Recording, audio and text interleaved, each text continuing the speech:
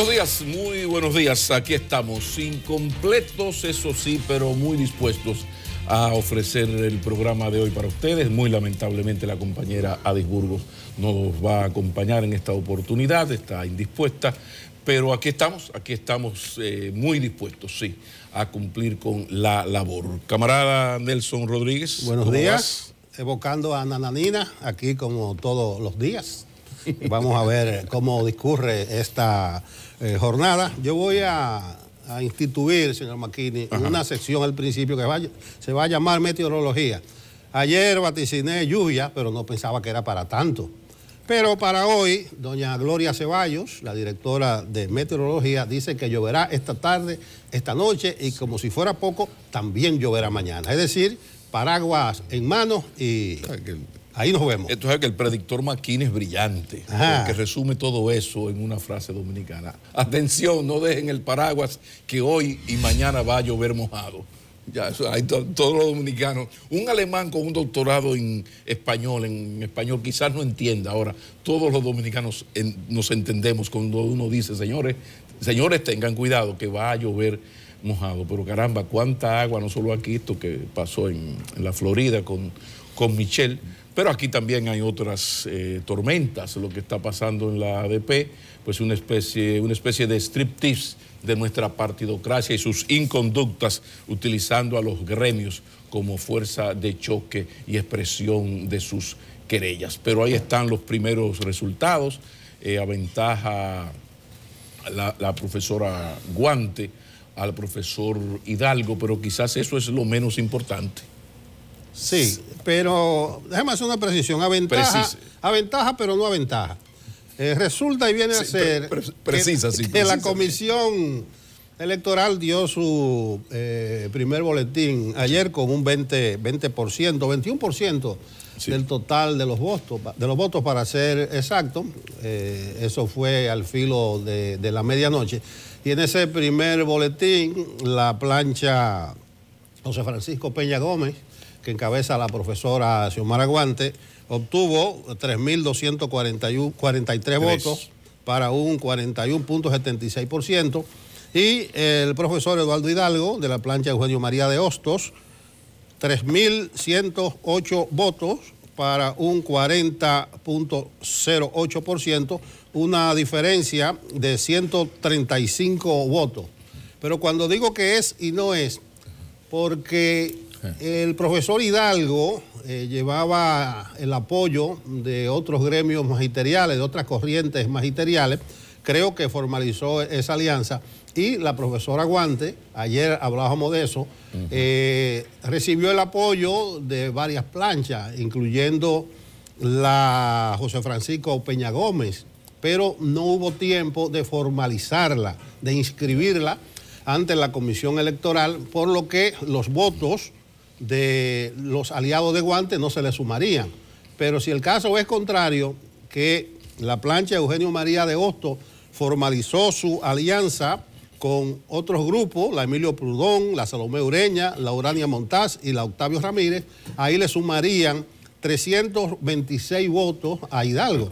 Entonces habrá que esperar el boletín del mediodía, así lo prometió la comisión electoral de la ADP, que proyecta que la votación andaría por el orden del 75%. Hasta ahora no ha habido ningún tipo de inconveniente, salvo el inicio con retraso de las elecciones en algunas mesas. En Bánica, creo que fue en Bánica el único lugar donde no se lugar votó. Sí, que no se votó, pero fue un proceso relativamente normal. Sí. Se extendió una hora, era hasta las 6, el cierre se hizo a las 7 y ahí estaremos dando los números, pero el primer boletín es así. La profesora Guante, 3.243 votos, y el profesor Hidalgo, 3.118 votos para una diferencia de 135 votos, y ahí vendría el asunto de la sumatoria. Donde está el problema es lo que acabas de decir, y eso ojalá que podamos aclararlo. Vamos a localizar a los miembros de la comisión electoral, porque ahí hay un problema serio. Tú decías que plancha José Francisco Peña Gómez obtuvo 3.243. Sí. Como ellos fueron aliados a la Juan Pablo Duarte, que tiene 849, la ventaja subiría a 4.092. Pero tú acabas de decir algo que hay que confirmarlo y que de ser así, ahí va a estar el pleito. Se lo anuncio desde ya. Hay un problema, dice el señor Rodríguez, a mi, no se dice siniestra, no, a la izquierda, de diestra, no, a la izquierda.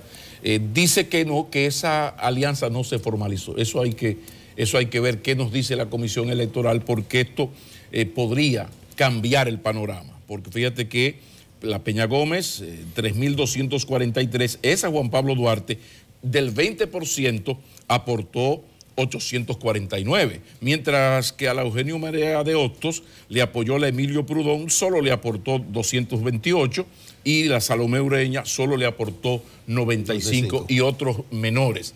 Es decir, que sería determinante, porque un 20% es un porcentaje importante, sería determinante saber si esto se hizo o no se hizo, si es oficial o no es oficial el apoyo de la Juan Pablo Duarte, de la plancha Juan Pablo Duarte, a la José Francisco Peña Gómez. Ahí va a estar la Naiboa, aunque la Naiboa fundamental es la vergüenza que estamos pasando y el agravio a la democracia dominicana. ¿Por qué? Busquen los titulares de los diarios, cómo se dice, PLD aventaja al PRM, el PRM abajo por tanto, ¿y dónde? ¿En un proceso electoral? No, en las elecciones de un gremio. Entonces la democracia, en la democracia que cada lechón en su teta es el modo de mamar, dice el pueblo dominicano.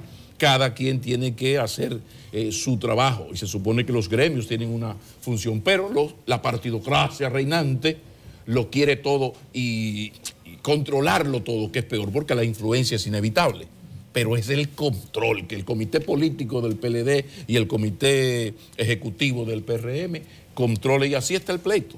Y esto habla muy mal, y de esto yo me gustaría hablar un poquito más adelante. Si tú hablas, Maquini, de la sumatoria de los aliados de Hidalgo, la Emilio Prudón le sumaría, si esa alianza está formalizada, eso está por confirmarse, 228 votos, la Salomé Ureña 95 votos, pero la Urania Montaz le suma apenas 2 votos, y peor aún, la Octavia Ramírez, 1 voto. O sea, con el 20%... ¿Y cómo fue eso? Porque una plancha que... Bueno, votaría el que encabeza la plancha. Con el 20% de los votos computados, la Octavia Ramírez adquiere 1 voto, es decir, que llegaría con el 100% a 5 votos. Eso llama la atención, pero el problema, eso es sucedáneo, eso es... Bueno, hay que tener problemas, porque aquí hubo un matrimonio político que estuvo a punto de terminar, porque un señor fue candidato a la presidencia y en la mesa donde votaba su mujer, él no tuvo un solo voto. Bueno, hubo una crisis matrimonial. Una crisis matrimonial, un candidato de izquierda, si estamos hablando de la misma persona. Déjalo de ese tamaño. Yo recuerdo esa votación en la zona colonial, pero el hecho cualitativo es que los maestros votaron, que votaron en paz, en tranquilidad, que supuestamente hoy las labores docentes en todas las escuelas del país se reiniciarán con suma y toda normalidad, y a pesar de que nosotros pensamos que se tomara un día de clases para las votaciones del ADP, también aplaudimos que hoy vuelvan los maestros en Santa Paz, que cuando se cuenten los votos, el que ganó, ganó, el que sacó más votos, ganó. Me imagino que hay muchos profesores de matemáticas, muy buenos profesores de matemáticas, que sabrán sumar 200 más 100, que yo qué, ganó fulano, y que no habrá alegaciones de fraudes, de irregularidades, aunque advierto, todo candidato tiene derecho, y eso está consagrado en los estatutos, en los reglamentos de la ADP, a impugnar, a pedir revisión, a utilizar los recursos que pone en sus manos la ley, pero todo en Santa Paz. Seguimiento a las votaciones del ADP, al mediodía está prometido el segundo boletín, que me imagino tendrá ya una proyección, una tendencia que dirá quién triunfará. Pero resaltar eso, Santa Paz en la ADP, primer boletín al filo de la medianoche, Xiomara Aguante, 3.243 43 votos para un 41.76%.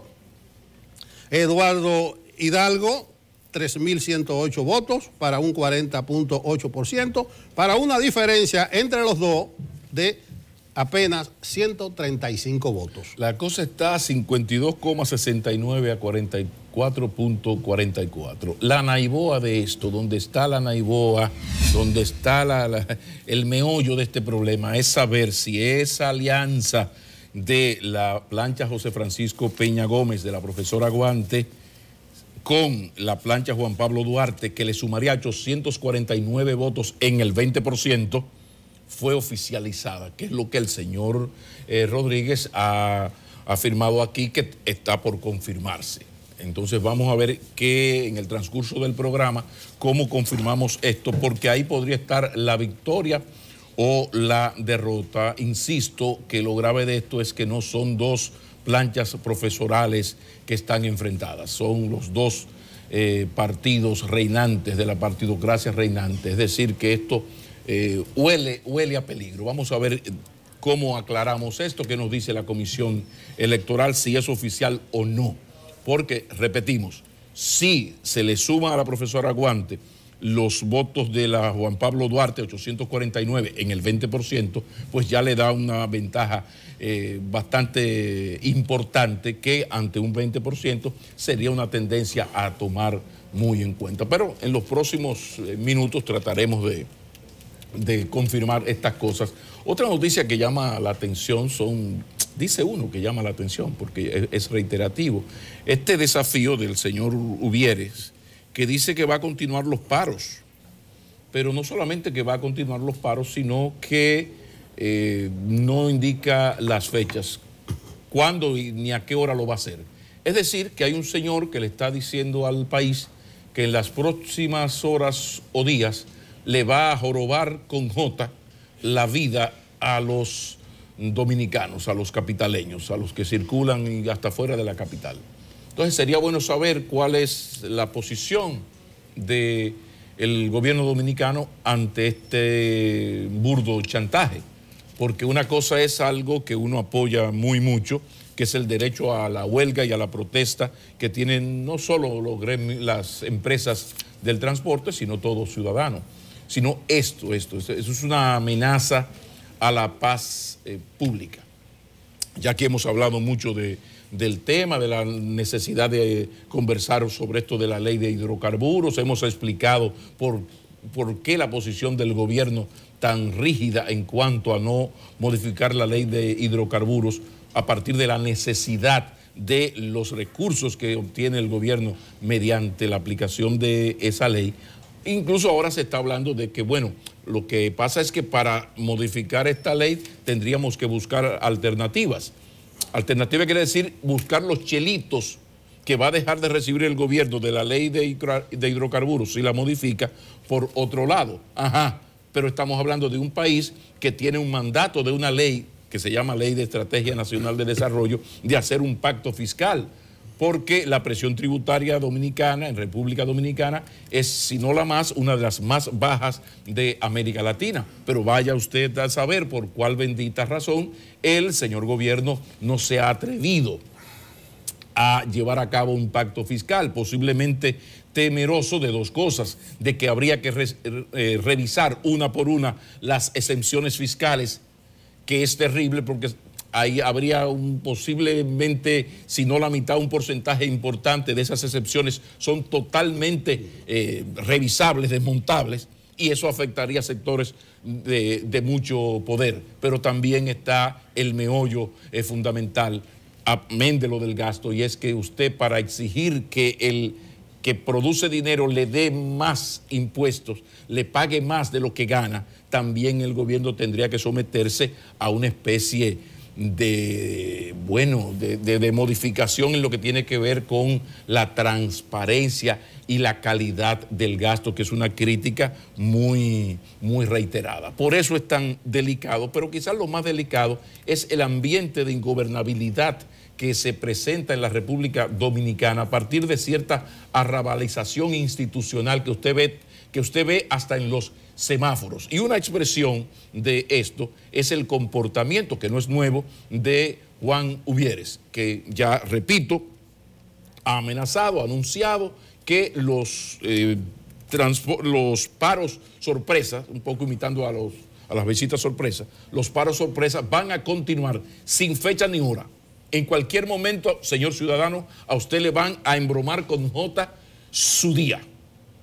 Si el gobierno ya sabe que eso se va a hacer, a ver cuál va a ser su reacción. Estaremos atentos, Nelson Rodríguez. Y dos cosas a propósito de los choferes, transportistas, en este caso particular de Juan Uvieres. El asunto de los paros sorpresa y la advertencia que hace Uvieres al Estado. Parece que las palomas le están tirando a las escopetas. Lo primero es que los paros sorpresa son una desfachatez, serían un abuso a la población si es la reiteración de lo que aconteció el lunes pasado, que es un palo acechado a la población, al usuario del transporte. Entonces, Juan Uvieres estaría haciendo trampa. Por ejemplo, el domingo en la noche, entrada la noche, Juan Uvieres anunció que los vehículos de Fenatrano pararían al otro día a las 9 de la mañana. O más que paro, que se estacionarían a la derecha. Ya yo hablé por qué ya las huelgas de choferes no son de 24 y de 48 horas, sino de un ratico, porque habrá que erogar una millonada para mantener un paro de choferes. Entonces, un paro acechado, un anuncio un domingo a las 9, un paro a las 9, pero sucede que ocurrió a las 6 de la mañana. También ahí hubo engaño. Entonces yo creo que si vamos a respetarnos y si se respeta a la población, si se respeta al usuario, al que utiliza el transporte público, que hemos hablado aquí con cifras oficiales, de que el 71% de la gente que sale a las calles a tomar el transporte público lo hace por obligación. Y ahí están los trabajadores y ahí están los estudiantes. Entonces, así no se vale engañar a la población en nombre de la población con paro sorpresa. Además, con acciones concertadas, porque la gente dice, ven acá, pero cuando viene llama un paro en la calle y paran en la UAS. Ahí se movió algo. Y además, y voy a la advertencia que hace Juan Uvieres al Estado, que él desafíe al Estado está bien, pero que no exponga a nadie, ni a los choferes, ni a la población, ni a los familiares de los choferes. ¿A qué voy? Que haga su paro, su paralización, respetando el orden público, la tranquilidad ciudadana y obedeciendo a las leyes, pero no alterando el orden público. Que haga su paro sin afectar ni exponer a la población. Tampoco que exponga a los familiares. Hay una foto que se ha hecho popular de supuestamente pasajeros que bloquearon el tránsito en la 27 con Máximo Gómez, pero resulta que mis informaciones indican que no eran pasajeros, que no eran ciudadanos comunes, sino familiares de los choferes como parte de una acción concertada.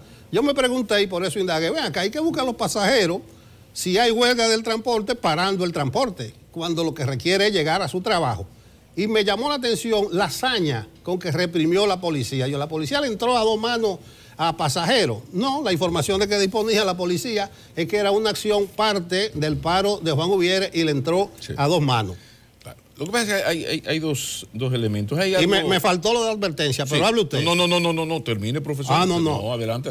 Juan Uvieres advierte que en 10 días va a comenzar a paralizar de nuevo y habló durísimo. La lucha va a llegar. Va a llegar y habló con fuerza. Yo le digo a Juan Uvieres que no se puede desafiar al Estado, que el monopolio de la violencia la tiene el Estado.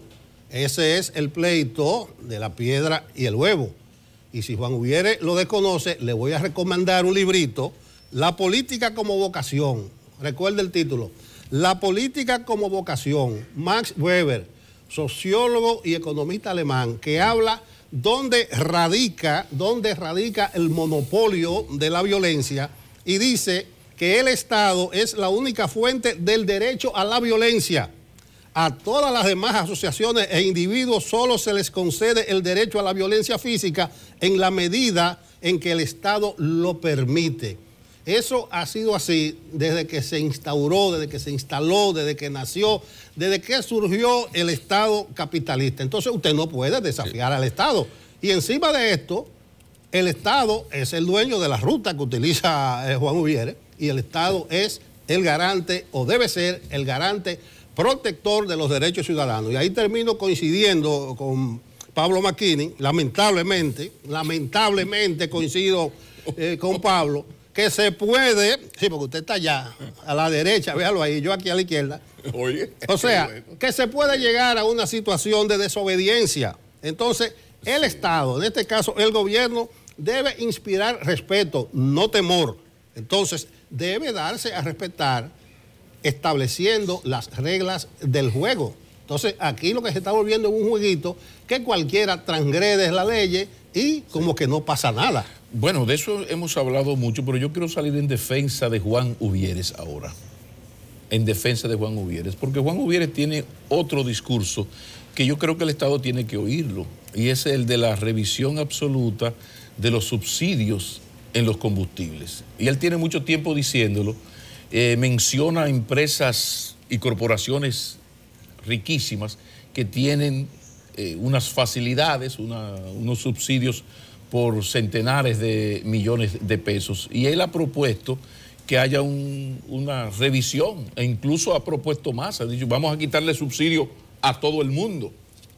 Entonces yo creo que el gobierno debería tomarle la palabra y sentarse a debatir. Yo soy muy dado a esto, porque ¿qué caray es la democracia que no es eso? El diálogo, el consenso y un centralismo democrático que es expresado en un proceso electoral, ¿verdad?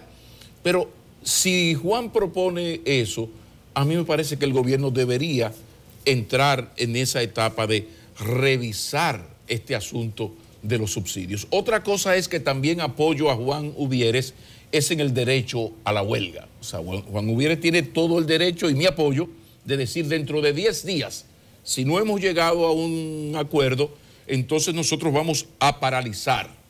A paralizar yo te lo compro si tú me dices que vas a hacer eso, paralizar, no trabajar ese día.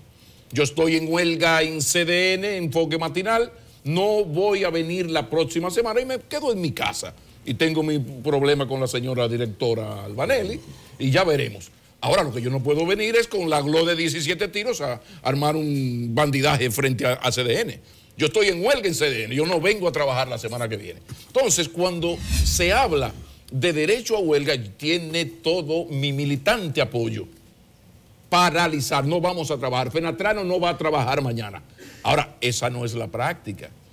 Aquí hay un gadejo que le fuñe la vida al ciudadano, no a Danilo Medina, a Leonel Fernández, Puerto Mejía o Luis Abinader, no, al ciudadano de a pie, que es esto de los paros sorpresa, que son otra cosa. Incluso aquí cierta izquierda, subrayen cierta izquierda, tiene unos juegos pesados con esto de la protesta.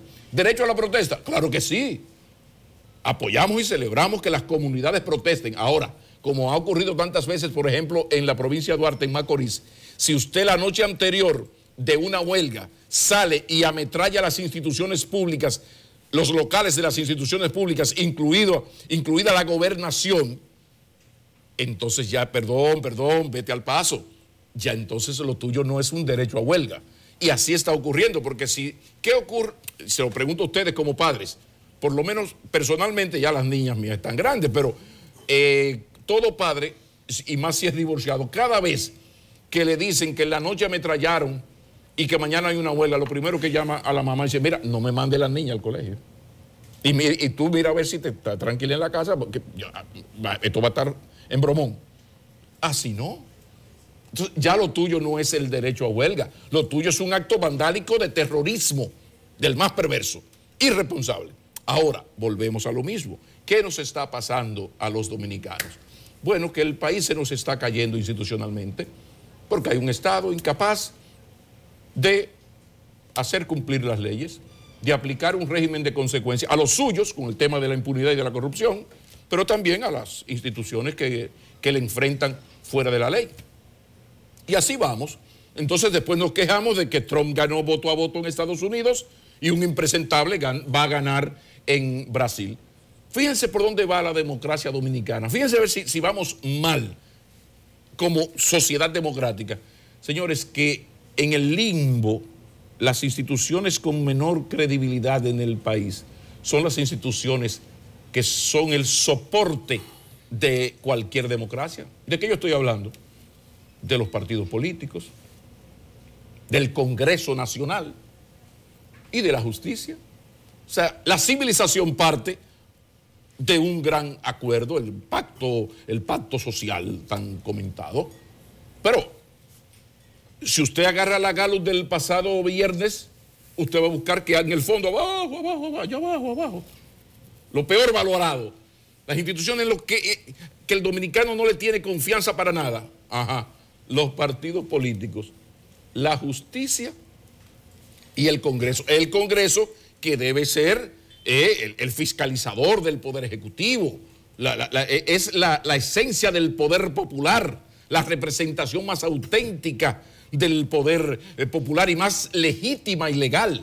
El Congreso Nacional, la expresión de lo que es un pueblo.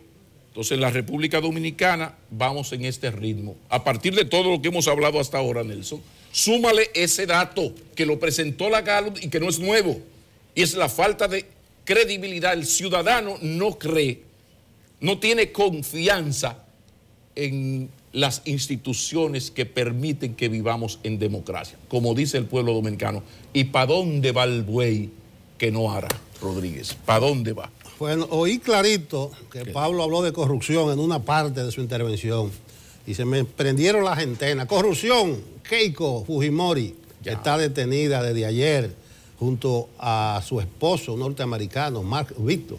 Una detención preliminar, según las leyes peruanas, por 10 días, para investigarla por una acusación de lavado. Resulta, y por ahí anda el fantasma de Odebrecht, que Marcelo Odebrecht, en las delaciones premiadas, había mencionado que dio un dinero en Perú y de las beneficiadas de ese dinero estaba Keiko. Entonces, eso se está investigando. Y traigo a colación la corrupción, Odebrecht y Perú, porque hace pocos días la ex presidenta de Guatemala, Rosana Valdetti, fue condenada a 15 años de prisión por corrupción. Entonces, la gente, me doy cuenta aquí en la calle, en las redes, dicen acá porque aquí no meten a nadie preso. Y en Perú, en Brasil, en Argentina. Bueno, yo creo que cada país, cada estado, tiene sus leyes particulares y aplica el proceso judicial de acuerdo a esas leyes. Es probable que a la República Dominicana no ha llegado el momento de apresar a ninguna persona, a ningún expresidente, a ningún presidente. La Keiko Fujimori, ella lidera un partido, se llama Fuerza Popular, y es el principal partido de la oposición en este momento, de acuerdo a la cifra de las últimas elecciones. Entonces, lo que hay que esperar es que se desarrolle el proceso en la República Dominicana, pero la gente tiene olfato y se da cuenta, ven acá, si las acusaciones de Perú, de Guatemala, las acusaciones en Ecuador, en todos esos países de Odebrecht, se parecen a las de República Dominicana, o sea, son primo hermanas, son familiares. En aquellos casos, soborno de Odebrecht a políticos, a empresarios, y en la República Dominicana, soborno reconocido por Odebrecht, 92 millones de dólares. Entonces, aquí, me imagino, habrá consecuencias y es bueno entonces mencionar lo que sucede en otros países, reitero, respetando las reglas del juego de esos otros países, pero Keiko está detenida, la expresidenta de Guatemala está condenada y es por corrupción, que es el fenómeno de este tiempo.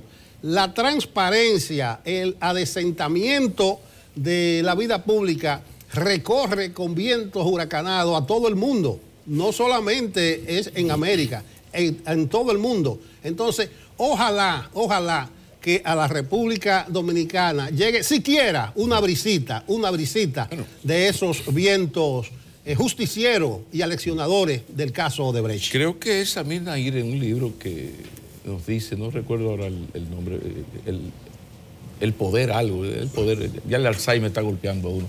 Pero la esencia en este libro es que nunca como ahora fue tan fácil alcanzar el poder y al mismo tiempo perderlo. Hay una relación entre las acciones contra la corrupción y la fortaleza de la partidocracia reinante tradicional de cada país. ¿Por qué, por ejemplo, en Perú, hasta el gato de cada presidente que presidente ha sido en los últimos 12, 15 años está preso, detenido o investigado? Porque hay una debilidad en lo que era aquel APRA, aquellos partidos tradicionales de la vida política peruana. En Perú todo se derrumbó y lo que hay son movimientos como el mismo de Fujimori, que comenzó su campaña en un tractor con $200. Recuérdenlo. Entonces, de repente, usted ve que a mayor debilidad de la clase política tradicional, se puede trabajar, la justicia actúa de manera más eficiente y más rápida. Cuando la partidocracia reinante es fuerte, todopoderosa, bien aliada con las grandes corporaciones que dirigen el país, todo es muy difícil. Por eso uno ha apoyado tanto esto de la Marcha Verde en ese aspecto, de meter una presión para decirle a esa partidocracia toda y a esas élites que le apoyan, porque recuerden que aquí las fortunas en una gran medida son como aquel cigarrillo que los mayores recordamos, se llamaba Premier, y decía sabor a pueblo en Premier. Entonces aquí cada 4 años, cada gobierno va creando su burguesía, sus ricos. Si ya eran medios ricos y luego riquísimos, es más fácil. Entonces, en la República Dominicana, la partidocracia es demasiado poderosa. Por eso lo de la Marcha Verde y por eso el celo de, mire, don Jean Alain, lo estamos acechando. Monten bien esos expedientes a ver qué ustedes van a hacer. Porque aunque sea Nelson, alguien tiene que pagar por esto, porque nunca ha habido un expediente tan preclaro y tan importado como el de Odebrecht. No es posible, es inaceptable. Oye, me pueden buscar al Dios de los juristas, que en América Latina vayan cayendo presidentes. Actualmente en América Latina hay más de 15 presidentes, vicepresidentes o expresidentes o exvicepresidentes presos o en proceso de investigación para ser sometidos a la justicia. Eso no se había visto nunca jamás. Entonces, ¿dónde está el punto? En que aquí este reclamo ciudadano tiene que fortalecerse, porque ese sistema corrupto ya hizo aguas, y es un sistema político partidario empresarial, porque cuando se habla de Odebrecht, fíjense cómo en Perú es a todo el que tiene el ombligo delante y tenía un partido más o menos con alguna posibilidad que se le dio dinero. Lo mismo ha ocurrido aquí. O sea, ¿cómo se ganan las elecciones aquí? Bueno, con unas corporaciones que dan mucho dinero y después lo cobran, porque en el momento en que se hacen cenas a 2 millones de pesos el cubierto, usted a mí no me puede hablar de independencia de los estados, de los poderes públicos. Cuando usted es senador y para llegar a senador tuvo que apoyarse en 10 amigos que le dieron varios millones de dólares, de pesos. ¿De qué manera usted me va a hablar a mí de independencia? Por eso en el Congreso usted va y revisa y dice, bueno, mientras tanto lo dejo de este tamaño y termino como comencé.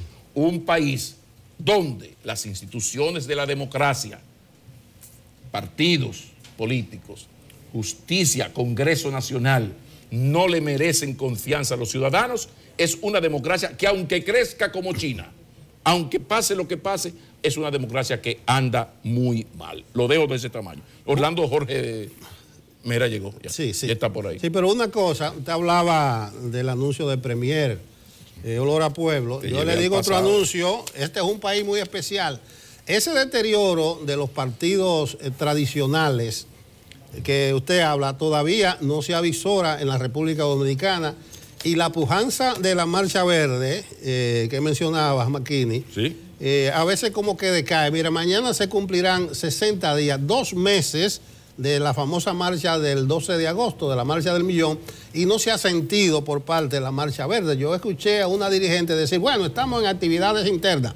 Cuidado, porque aquí dijo Rosario Espinal, politóloga, que en el año 19 preelectoral la Marcha Verde va a tener que definir alguna cosa porque se le va a cortar el espacio. Y aquí estuvo Olaya Dotel, politóloga, y dijo que lo que hay que asumir lo de la Marcha Verde, la consigna de cualquiera de estos partidos. O sea que si un partido asume la lucha contra la corrupción y por la impunidad, la Marcha Verde debe apoyar eso. Es decir, que se reducen los espacios y se revalida la presencia de los partidos tradicionales, los grandes partidos tradicionales, heridos casi de muerte, pero son ley, batuta y constitución. Pero precisamente en eso fue lo que quise explicar, que en eso República Dominicana tiene una partidocracia, a diferencia de otros países, una partidocracia muy fuerte todavía. Ahora el deterioro va avanzando.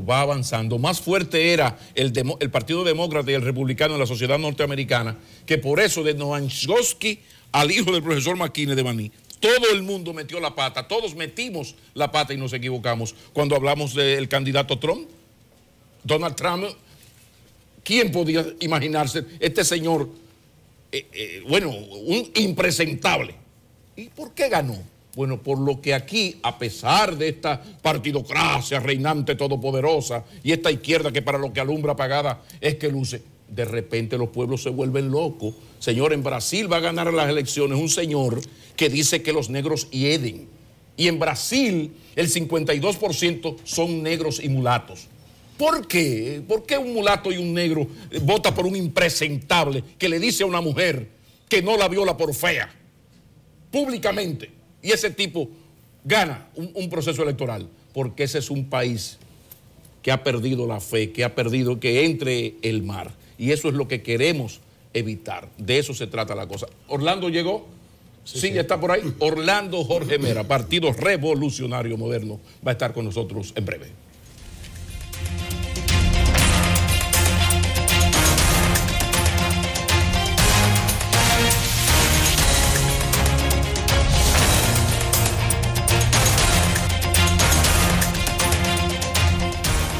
Continuamos con Enfoque Matinal.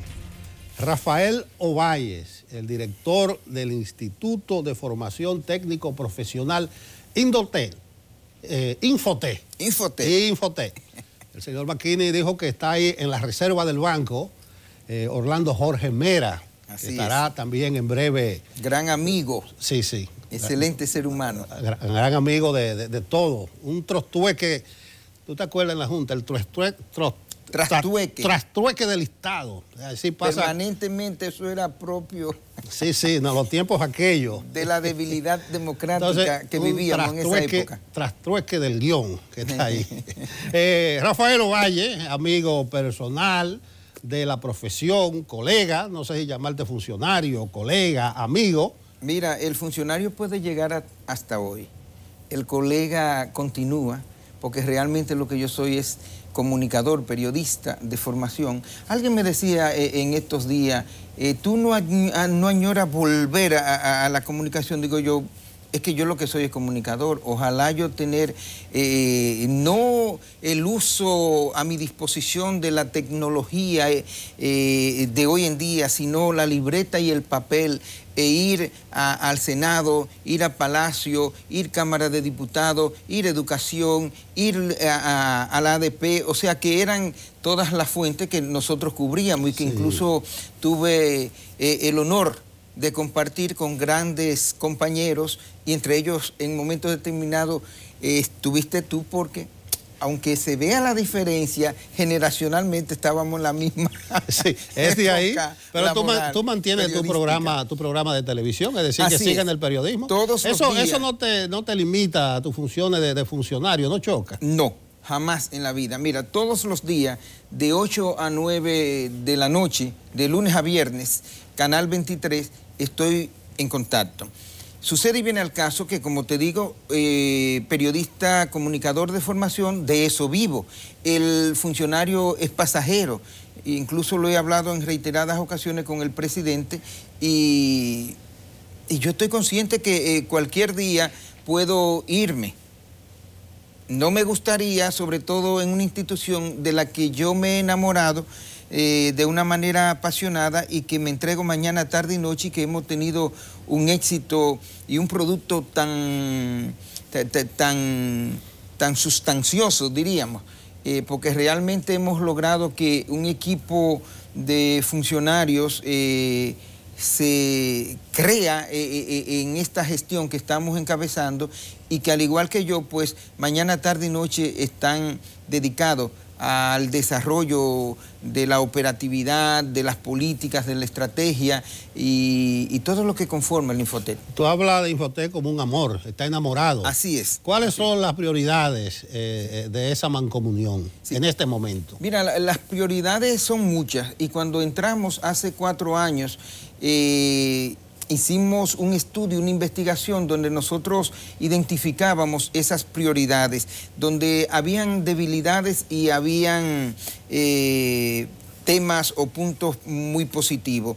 Con todos de inmediato comenzamos a trabajar, pero sobre todo pues comenzamos con aquellos subsectores internos que constituían una deuda histórica. Por ejemplo, nos dimos cuenta que hacían falta aulas, talleres, laboratorios, y de inmediato empezamos un programa de construcción de edificaciones para alojar y tener el espacio suficiente que nos permitiera llegar a la ciudadanía de la manera en que la ciudadanía nos lo pedía, y de manera específica de la manera en que lo pedía también el sector productivo nacional, que es para quien realmente se crea original en principio el Infotep, para formar los técnicos del sector productivo nacional. Eso está establecido en la ley 116-80. En esas construcciones, en esas edificaciones, nosotros acabamos de iniciar, de dar los primeros picazos para la construcción del edificio número 16, que será el que alojará la sede, y más que la sede misma, algo muy importante, que son 2 niveles que serán dedicados al Senafotep, que es la escuela de formar formadores, que no tiene un espacio y que había que creárselo. Entonces nosotros estamos trabajando con el fortalecimiento del conocimiento de nuestros docentes, de nuestros facilitadores, porque entendemos que para tener buenos egresados necesitamos excelentes profesores, excelentes facilitadores. En eso estamos. Hemos trabajado también fuertemente, somos más exigentes, trabajamos más por la calidad, por la excelencia, para que ellos logren esos niveles que le permitan no solamente ir a transmitir conocimientos, sino a asegurarse que esos conocimientos que transmiten sean asimilados por nuestros participantes, y que estos adquieran las habilidades, las destrezas y las competencias necesarias para aplicar esos conocimientos de acuerdo a lo que exigen los nuevos tiempos. Esa novia tuya llamada Infotep, así es, ha salido una mujer paridora, se embarazó como temprano, porque yo veo que da luz profesionales en cantidades industriales. ¿Cuáles son las áreas que Infotep forma más? ¿Para qué se inclina la gente? Nosotros tenemos una oferta formativa integrada por 984 opciones, entiéndase, oficios, ramas, y están divididas en 114, 116 áreas o profesiones. Entonces, ¿qué solicita, qué quiere la gente, la ciudadanía, y qué quiere el sector productivo nacional? ¿Qué quieren los empleados? Generalmente quieren mecánica automotriz, dependiendo si estamos hablando del sector productivo, requieren paquetes de oficina, esto es lo más demandado tanto en un sector como en el otro. Requieren pintura, desabolladura, ebanistería, electricidad, un ala muy importante, turismo y hotelería. Y te voy diciendo esto y cambio así porque estaba viendo unas imágenes que hacía referencia, por ejemplo, ahí a la parte que tiene que ver con masaje. Eso es masaje terapéutico dentro de la línea del turismo de salud. Ahí tenemos, por ejemplo, técnicos trabajando en el área de computación y ahí estamos en calzado, que como tú sabrás, a los pocos días de entrar, pues ya a los 3 meses teníamos construido un taller de 255 metros más 6 aulas en Santiago de los Caballeros para formar 20.000 técnicos que necesita el sector zona franca, el sector de calzado, calzados de calidad. ¿Por qué en Santiago construimos ese taller? Porque en Santiago tenemos 18 de las principales 25 empresas de zapatos que trabajan con un nivel de cualificación o calidad que permite la internacionalización de ese producto. Incluso nosotros somos uno de los países de mayor exportación de calzado de calidad. Calzado que muchas veces nuestros propios compañeros dominicanos no conocen porque son elaborados precisamente para el mercado internacional. Hay un programa que me simpatiza mucho del presidente Medina, que es de convertir los liceos en politécnicos. Sí. Y he visto que en ese programa Infoté tiene un lugar. Correcto. O sea, participa. Sí. O sea, para que los jóvenes estudiantes, los bachilleres, salgan ya con una formación técnica, profesional. Sí. ¿En qué consiste esa participación? Fíjate. Los estudiantes, por ejemplo, Infoté no tiene locales y talleres en todos los pueblos. O en la escuela van a instalar talleres. ¿Cómo es? Y si ya comenzó propiamente el programa. Fíjate una cosa, el programa comenzó y ya tiene sus resultados. El Infoté tiene centros tecnológicos en numerosos pueblos, provincias y municipios. En San Juan de la Maguana tenemos un centro tecnológico sumamente moderno y grande.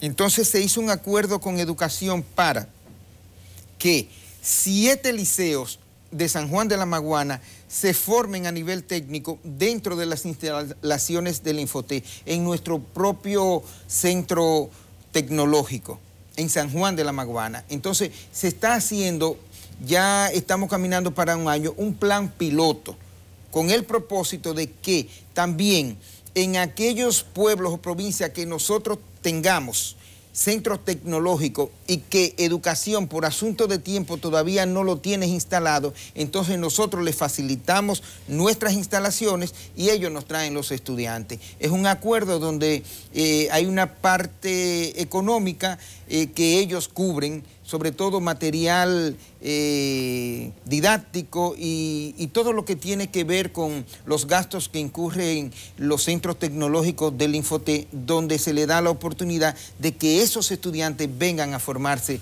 en nuestras aulas. Una pregunta que es más propiamente para el Ministerio de Educación, o sea, ¿cómo se determina, se inserta, se integra un estudiante a esta formación técnico-profesional? Porque me imagino que no está integrado porque es muy temprano en el currículo. O sea, ¿cómo se captan las actitudes de determinado estudiante? Sí, fíjate una cosa. Nosotros tenemos una currícula muy amplia, 914,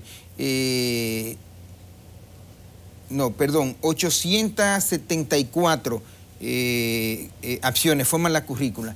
Y esa currícula entonces tiene una facilidad de que los programas se adaptan.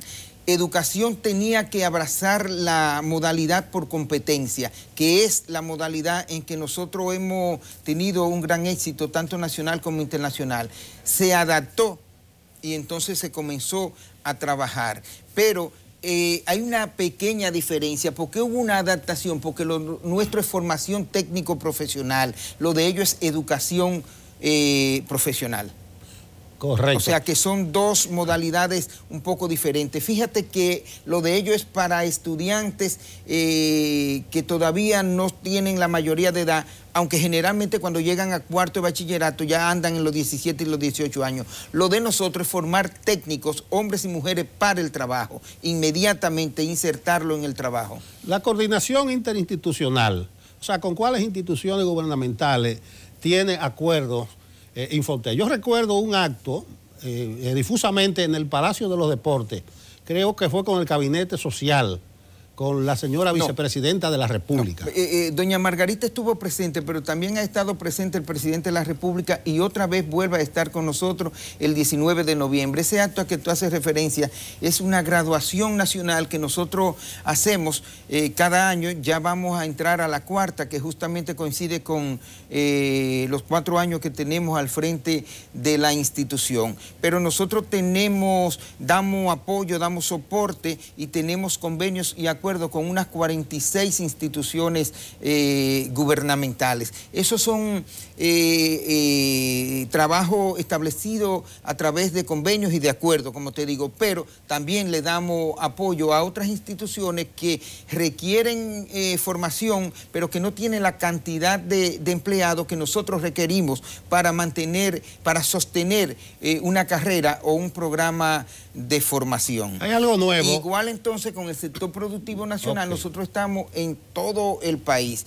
El año pasado se entregaron el día de esa graduación a que tú haces referencia, 762.785 certificaciones. Esto no implica que es directamente proporcional al número de personas que recibe, igual que el número de certificaciones, sino que una sola persona puede obtener 2, 3 o 4 certificaciones porque hace carrera de 2 años y dentro de esa carrera hay formaciones transversales en las cuales se certifican también. Sí, el turismo, la industria sin chimenea. Correcto. Junto a las remesas son de las principales fuentes de ingresos de divisa al país. Así es. Yo he visto que Infoté ha establecido una serie de acuerdos, principalmente con el sector hotelero de Punta Cana. Mira, nosotros tenemos, sector hotelero nacional, nosotros tenemos acuerdos con el clúster turístico de Samaná, nosotros tenemos acuerdos con clúster turístico y compromiso con el sur, con Puerto Plata, y en el caso de Punta Cana, pues es mayor el esfuerzo y por ende se visibiliza más, porque como tú sabrás,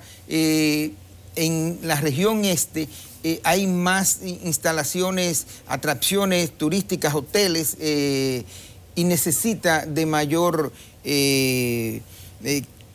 vigilancia, actualización del personal que trabaja en los hoteles y en el área de turismo. Por eso en Higüey inauguramos en febrero pasado una gran escuela de formación, de capacitación de alta cualificación. Entiéndase que esa escuela no es para participantes habilitantes, gente que comienza a formarse en lo que es la formación técnico-profesional, sino que es más bien para aquellas personas que ya están trabajando. Entonces nosotros tratamos de impartir docencia en procura de que esos técnicos se actualicen y que tengan los últimos conocimientos, las últimas destrezas, las últimas habilidades, las últimas competencias dentro de las áreas que desarrollan. Por ejemplo, en el caso turístico, bartender, repostería, panadería, gastronomía, todo eso. Bueno, la gastronomía, a mí me llamó la atención ese aspecto. O sea, ¿en qué colabora, en qué ayuda Infoté? Por ejemplo, a enseñar a cocinar, ¿cómo es? No, enseñar a cocinar no. Bueno. Mira, aquí se come bueno. Y eso es un eslogan que nosotros fortalecemos cada vez más. Por ejemplo, este domingo 14 tendremos el primer equipo, el primer grupo que se graduará en cocina dominicana, en un taller que estamos realizando junto con otras instituciones y que viene a fortalecer ese movimiento dominicano que está inserto en un movimiento internacional donde la gastronomía se convierte en un producto atractivo para la parte turística y para la identidad de los pueblos y todo eso. Nosotros tenemos un porcentaje muy elevado, sobre 10%, que se dedica a la formación de técnicos en el área turística y hotelera. Hay un acuerdo con la Corporación de Zonas Francas. Uno de los medios de comunicación lo ve, pero en sentido general. Bueno, que van a ayudar a la zona franca. ¿Cómo está funcionando eso? ¿La zona franca le manda a ustedes gente para capacitar? ¿A ustedes le aportan gente capacitada en zona franca? ¿Cómo ha estado funcionando eso y si hay resultados concretos. Muy concreto, y yo te hacía referencia ahorita al taller de calzado que está dentro del sector Zona Franca. No es una ayuda. Tú sabes que nosotros nos alimentamos, una de las fuentes que alimenta nuestro presupuesto es justamente, viene del sector productivo, que está en la obligación, según la ley 116-80, de dar el 1% de la nómina de todo su empleomanía. En el caso de Zona Franca, lo que hacemos es que ese acuerdo, que tiene ya más de 20 años, se dedica un 35% de manera especial, puntual, a la formación de técnicos del sector Zona Franca. Tenemos locales, tenemos centros de capacitación y de formación en parques y en Zona Franca, por ejemplo en San Pedro de Macorís, en el Parque de San Isidro, en Santiago, y trabajamos de una manera sumamente exitosa. Incluso es un subsector o sector muy dinámico y que anda permanentemente en búsqueda de innovación, en búsqueda de crecimiento. Nosotros allí tenemos, por ejemplo, dispositivo médico, que ha sido sumamente un programa productivo y exitoso, al igual que el de los call centers.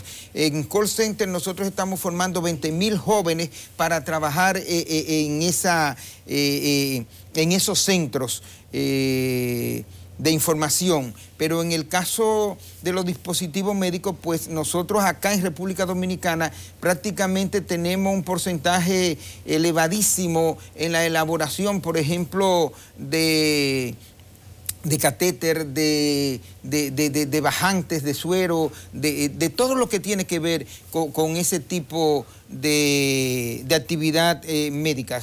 Bueno, Valles, director de Infotep, pero sigue siendo un hombre de televisión. Así es. Te voy a aplicar el cliché. En televisión el tiempo es corto.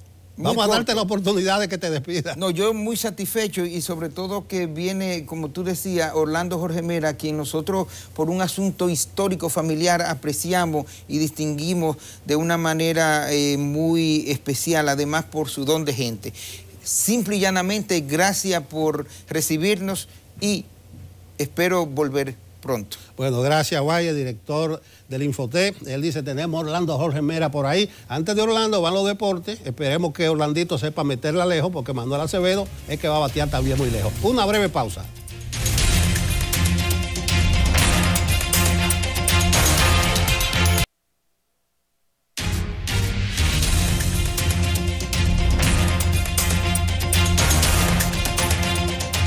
Orlando Jorge Mera, delegado político del Partido Revolucionario Moderno ante la Junta Central Electoral, además un político muy conocido, que se presenta por sí solo. Buenos días, Orlando. Buenos días, Nelson, muchas gracias por la invitación. Bueno, vamos a comenzar hablando de corrupción, pero primero de la corrupción externa, la de fuera. Correcto. Yo decía al principio que ayer apresaron a Keiko Fujimori, sí, por lavado. Ella está implicada en el caso Odebrecht, porque Marcelo Odebrecht mencionó a ella. Mencionaba también a Roxana Valdetti, es presidenta de Guatemala, que la condenaron a 15 años. Entonces el comentario mío, respetando los debidos procesos, claro, es por qué fuera, mencioné Perú, mencioné Guatemala, pero ahí está Ecuador, ahí está Brasil. ¿Por qué fuera, como se ven resultados concretos de esta denuncia de corrupción, de soborno de Odebrecht, y en República Dominicana no está el primer preso? Pero reitero, no es que yo quiera que metan a nadie preso, brincándose los procesos, pero que allá las cosas como que aterrizan y aquí no. Bueno, fíjate, ese es el caso de Odebrecht, el caso de corrupción más grande que haya visto América Latina en el curso de los últimos tiempos, y que tiene su raíz en Brasil. Entonces, la idea original del caso de Odebrecht fue que el Partido de los Trabajadores, el partido de Lula, el partido de Dilma Rousseff, para lograr que Odebrecht le diera determinadas aportes a campaña allá en Brasil, también le exigió que intervinieran para que otros países amigos de entonces pues le dieran obras a Odebrecht, y evidentemente ahí se inició este caso. El caso más trascendental para mí es del Perú, porque en Perú definitivamente hay prácticamente todos los que han sido presidentes de Perú están involucrados en este caso. O sea, está Pedro Pablo Kuczynski, está Alan García, está Alejandro Toledo, está Ollanta y su esposa. O sea que en el caso de Perú, solamente Alejandro Toledo está fuera en Estados Unidos, pero después todos están sindicados o acusados. Y ahora, con el involucramiento de Keiko Fujimori, pues le da otro matiz, porque Keiko Fujimori tiene ahora mismo la mayoría en el Congreso y puede usarlo para perjudicar al actual gobierno, que está impulsando una reforma constitucional interesante para volver a la bicameralidad en Perú. Entonces, eso lo que nos demuestra es que, fíjate que en Perú hay voluntad política, la justicia actúa.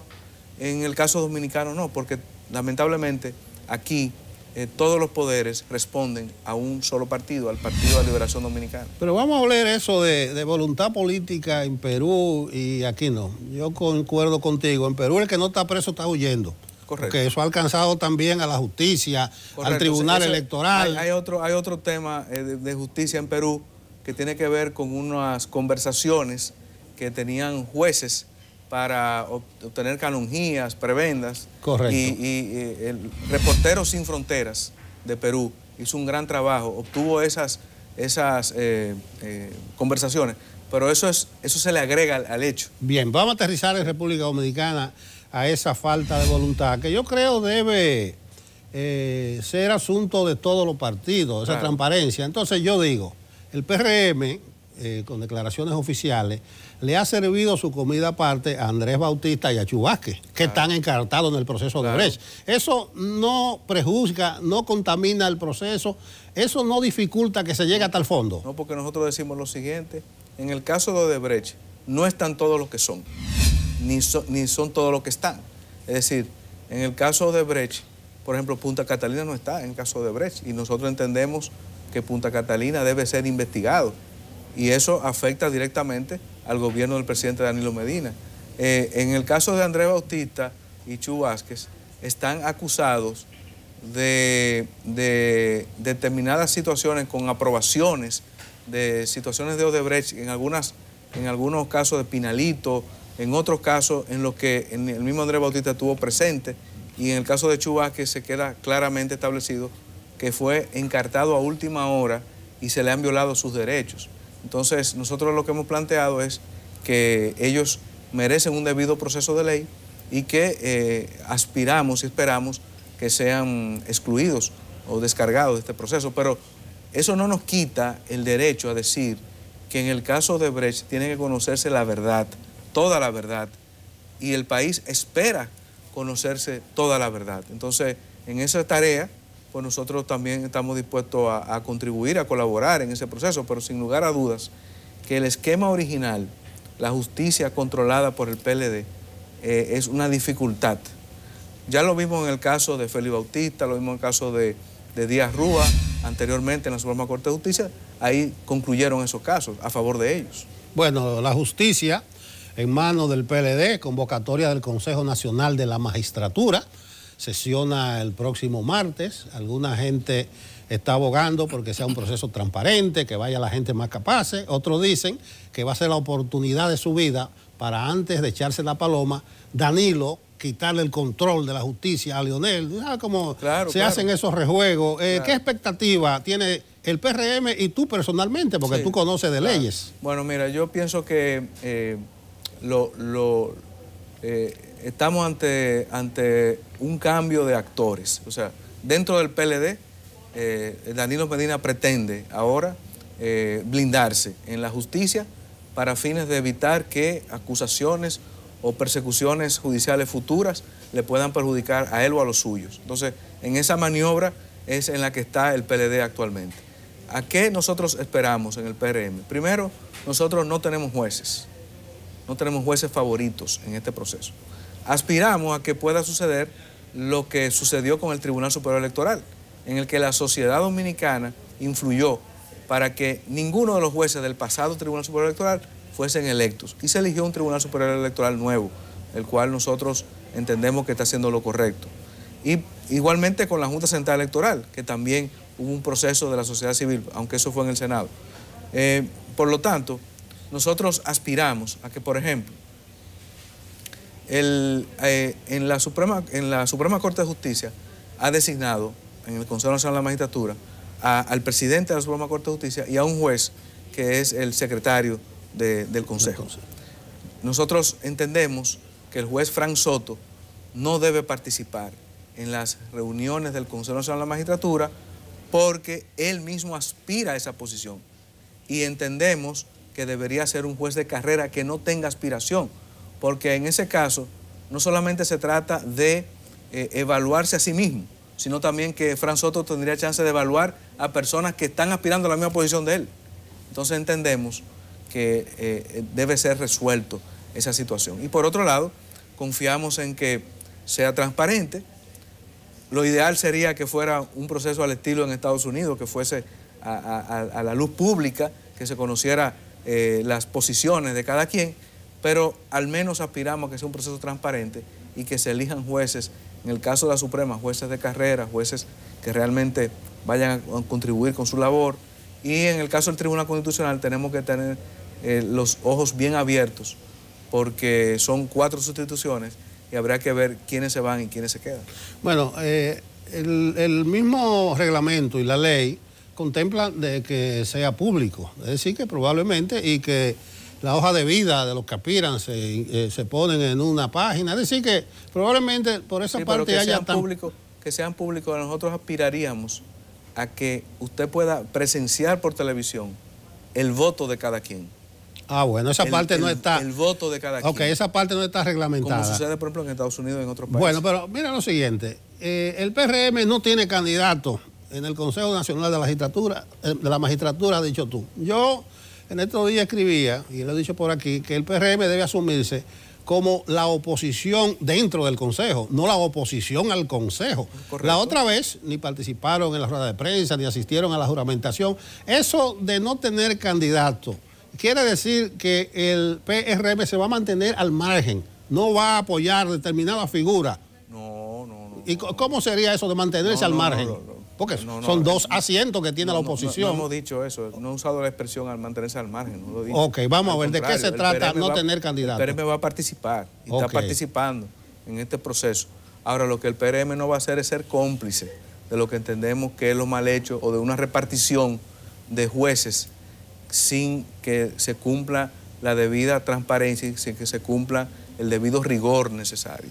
Entonces, en ese caso, lo que nosotros hemos planteado es que no tenemos jueces, queremos un proceso transparente, vamos a darle seguimiento a todo este proceso. Quisiéramos que las discusiones del Consejo fuesen públicas para que cada quien vea por quién vota cada quien. Y fíjate, de lo que tú señalas, es que en las actas del Consejo de la Magistratura anterior no contienen la votación que hace cada persona. Y eso a nosotros nos preocupa. Por ejemplo, vamos a suponer, Juan Pérez aspiraba a un puesto, ahí se dice que ganó la posición 6-2, pero no se dice cuáles son esos 6 votos y no se dice cuáles son los 2 votos que están en contra. Entonces nosotros aspiramos a que eso sea debidamente transparentado. Bueno, vamos a ver si te leí bien en un artículo tuyo, articulista del Nacional, ¿verdad? Sí. Tú decías que si no hay un gran frente opositor, es difícil por sí solo un partido sacar al PLD. Correcto. Entonces vamos a ver, porque veo que el bloque opositor o lo que se llamaba bloque opositor se ha resquebrajado un poquito. Vamos a proyectar un poco. Decía hace un rato en el set inicial que en ese mismo asiento una politóloga muy conocida, Rosario Espinal, dijo que a la Marcha Verde se le haría muy difícil el año que viene encontrar espacio, que va a ser un año preelectoral y los partidos van a estar a 1000. Otra politóloga, Olaya Dotel, dijo ahí que los espacios de la Marcha Verde se reducirían y que ella tendría que buscar algún tipo de concertación con las fuerzas políticas, o sea, manteniendo su consigna contra la corrupción, contra la impunidad, pero empalmar con un gran movimiento. Yo no sé cómo tú proyectas el escenario electoral e incluso el mismo futuro de la Marcha Verde. Vamos a desarrollar esa idea. Por sí solo, un partido no es verdad que va a desalojar al PLD del poder. Estoy de acuerdo con eso. No, pero fíjate, eso está muy claro. Por ejemplo, ayer fueron las elecciones de la Asociación Dominicana de Profesores, que hasta el momento están siendo ganadas por Xiomara Guante, candidata vinculada al PRM, y que surgió de una serie de alianzas que se hicieron con distintas fuerzas. Entonces, esa mismo es lo que nosotros tenemos que replicar para ganar las elecciones en el año 2020, porque definitivamente estoy convencido de que un solo partido no gana las elecciones en el año 2020. Entonces, para ello hay que abrir las puertas. Y permítame aclarar algunos conceptos. O sea, actualmente no existe un bloque de oposición, porque el bloque de oposición hubiera existido de cara a las elecciones del año pasado. Lo que se hizo fue una unidad de pensamiento común sobre temas puntuales, ley electoral, ley de partidos. Y bueno, ahí en ese caso el PRM tuvo que tomar una decisión, porque el PRM tenía que tomar la decisión de aprobar la ley de partidos, porque era establecer desde ya los cinturones de fuerza necesarios para controlar el uso de los recursos del Estado en un proceso electoral. Entonces, para ganar estas elecciones necesitamos abrir las puertas del PRM, necesitamos posicionar al PRM como principal partido político. La marca PRM tiene que estar mejor posicionada.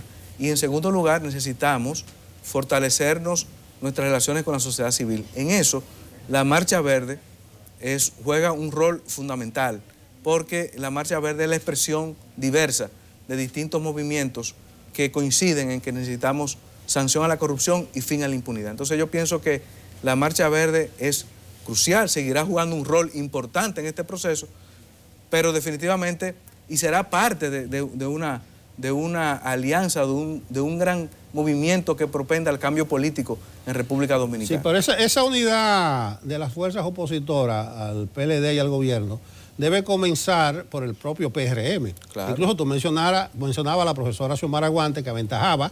Ella es de la corriente Juan Pablo Duarte. Sí. Pero resulta... No, José Francisco Peña Gómez. Correcto. Pero no fue unida al principio a la Juan Pablo Duarte. Sí. Que los dos son corrientes más o menos afines al PRM, y eso podría afectar los resultados finales. Pero finalmente hubo el acuerdo. No, pero no fue inscrito en la comisión electoral. Sí, pero hubo un acuerdo. Un acuerdo. Finalmente se juntaron esas fuerzas. Correcto. El PRM va para un padrón de 1,5 millones más o menos. Sí. ¿Cómo se va a dar ese proceso si se ve un pugilato muy grande entre Hipólito y Abinader? Yo pienso que no hay pugilato. La posición del partido ha estado muy clara. Queremos primarias abiertas, primarias simultáneas, organizadas por la Junta Central Electoral y con el padrón cerrado del partido. Entonces, hace una semana atrás, se abrió el proceso de apertura del registro de militantes del partido, y se hará ya sea por internet, ya sea por aplicaciones móviles o en persona, se hará ese proceso. La idea nuestra es llegar a... Tenemos 500.000.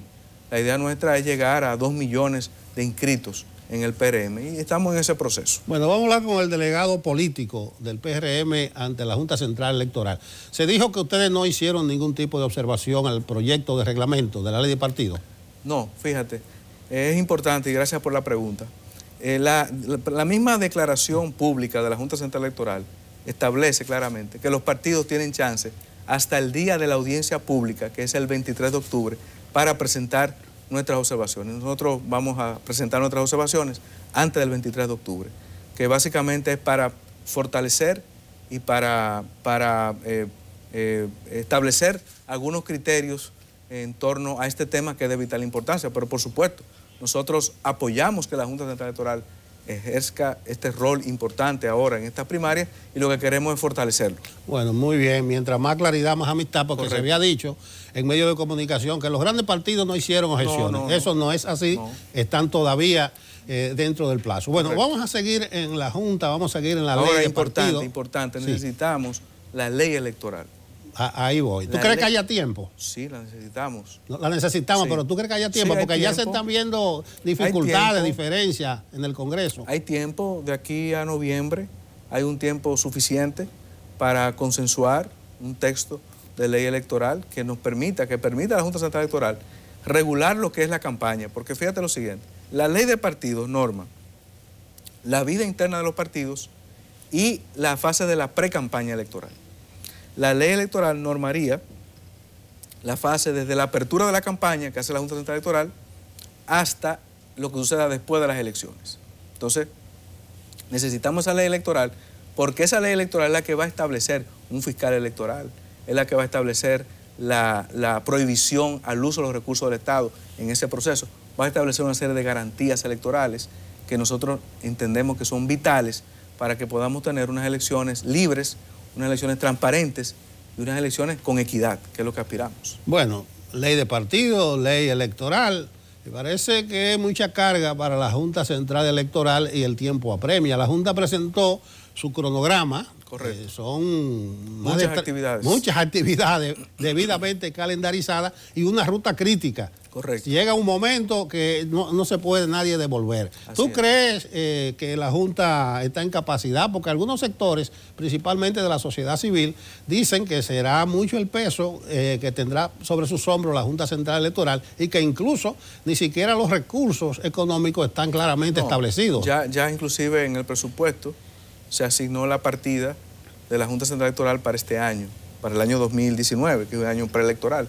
Y pienso que nuestro voto de confianza, hay un voto de confianza a la Junta Central Electoral por la transparencia con que hasta ahora ha llevado todos estos procesos y estamos seguros y convencidos de que haberle incluido la posibilidad de organizar las primarias va a redundar en beneficio del proceso que venimos más adelante. Ok, tú hablabas de la marca PRM, parece que están haciendo algunas actividades para consolidarse. Sí, correcto. Leí de una serie de conferencias simultáneas, creo que tú tuviste una. Más o menos, ¿en qué consiste este proceso? Bueno, el PRM está en un proceso de formación política y formación de educación política, porque definitivamente, fíjate, los datos de la encuesta Gallup reciente dejan muy mal parados a los partidos políticos. Entonces, es necesario volver a lo que es la buena política. No podemos seguir con el clientelismo, no podemos seguir con prácticas antidemocráticas. Entonces, en ese sentido, el PRM está en ese proceso de formación educativa de sus dirigentes. Estuvimos en La Vega en una de las 30 y tantas conferencias que se hicieron. El fin de semana pasado estuvimos en un seminario muy interesante, un seminario taller sobre de la dirección ejecutiva para definir una serie de temas. Y ahora, este sábado, estaremos, en lo particular, estaré en San Cristóbal, conjuntamente con otra serie de charlas sobre el tema de corrupción, justicia e impunidad. Bueno, vamos a darte las gracias por la presencia en Enfoque Matinal. Muchas gracias. Orlando Jorge Mera, delegado político del PRM ante la Junta Central Electoral, para los de mi generación Orlandito. Ya. Sí, porque te vimos subir. Claro. Gracias y gracias. Esperamos verte de nuevo por aquí. Muchas gracias. Continuamos.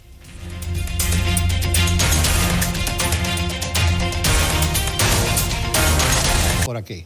Bien, nosotros continuamos y precisamente hablando de lluvia, meteorología dice que esta tarde-noche va a llover y que lloverá también mañana viernes. Es decir, que la gente debe prepararse para un par de días mojados, como deben prepararse para criticar y para quejarse la gente que dice que el crecimiento de la economía dominicana es ficticio, que no se siente en los sectores más vulnerables. Y digo, deben prepararse porque ayer el Fondo Monetario Internacional emitió un informe preliminar, o sea, que lo hace periódicamente, cada 2, cada 3 meses, y ahora señala que la República Dominicana será el país de mayor crecimiento económico en todo el continente. Dice el fondo que vamos a crecer este año 6.4%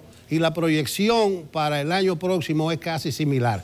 Yo sé que va a haber mucha queja, va a haber mucho grito, pero esas cifras que son las oficiales del Fondo Monetario, del Banco Mundial, yo digo que son las que sirven para coger prestado para coger fiado, y lo que evidencia cierta estabilidad de la economía, de la macroeconomía propiamente dicho. Yo creo que hay que prestarle atención a estos informes, aunque la gente no cree mucho en ellos, porque dice que eso no se refleja. E incluso los economistas opositores o con tendencias opositoras, la única ganancia que le dan al gobierno cuando se presentan este tipo de informes del Fondo Monetario es que la riqueza que supuestamente se producen están mal distribuidas, por eso no se reflejan en toda la población. Pero ahí está el informe del Fondo Monetario Internacional, 6.4% el pronóstico de nuestro crecimiento para 2018, seguido, muy distante, de Panamá con 4.6%. Ahí está este informe del Fondo Monetario Internacional, que reitero, de seguro dejará mucho de qué hablar. Bueno, por hoy basta. Mañana nosotros estaremos por aquí bien temprano, desde las 7 de la mañana en Enfoque Matinal. Un placer que nos hayan acompañado. Sigan con CDN.